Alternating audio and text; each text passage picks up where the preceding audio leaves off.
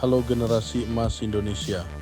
Pada modul HR Analytics for Strategic Decision Making ini, kita akan membahas sesuatu yang penting bagi setiap profesional HR, yaitu pentingnya data HR atau people data dalam pengambilan keputusan strategis. Dalam dunia HR, data bukan hanya angka di spreadsheet. Data adalah jantung dari organisasi Anda. Mari kita mulai dengan dasar-dasar HR Analytics. Data people mencakup semua data dari semua proses HR, mulai dari perekrutan, kinerja karyawan hingga tingkat retensi. Tapi, mengapa ini penting untuk mengambil keputusan strategis? Begini, ketika Anda memanfaatkan data ini secara efektif, Anda tidak hanya bereaksi terhadap masalah, tetapi Anda juga mengantisipasinya. Bayangkan Anda dapat memprediksi atrisi karyawan atau mengidentifikasi karyawan terbaik sebelum mereka kita pilih sebagai high potensial. Itulah salah satu kekuatan pengambilan keputusan berbasis data. Contoh lainnya adalah dalam perekrutan.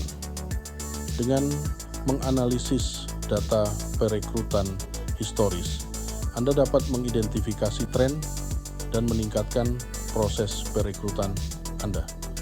Anda akan tahu sumber mana yang mendatangkan kandidat terbaik, teknik wawancara mana yang berhasil, dan bahkan waktu rata-rata untuk merekrut. Ini berarti perekrutan yang lebih efektif dan hemat biaya. Sekarang, mari kita bicara tentang keterlibatan karyawan atau employee engagement.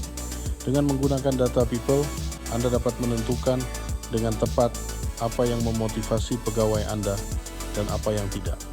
Apakah karyawan Anda terlibat dan produktif, atau apakah mereka merasa kelelahan, burnout, dan mengalami sakit mental.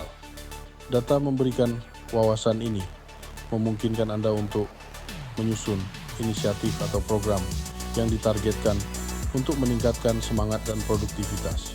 Manajemen kinerja atau performance management adalah bidang lain di mana data bisa dianalisa untuk input dalam berbagai proses HR.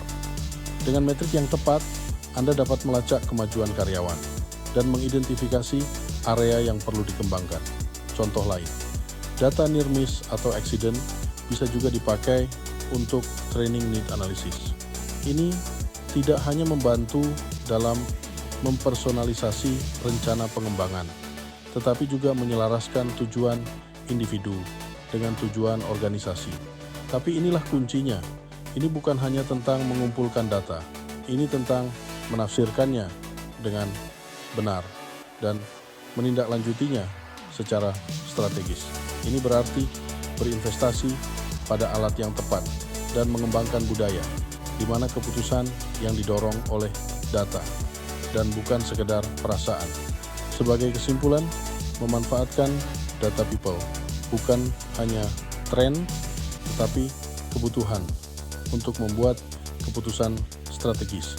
Cara ini mengubah HR dari fungsi pendukung menjadi mitra strategis bagi bisnis perusahaan.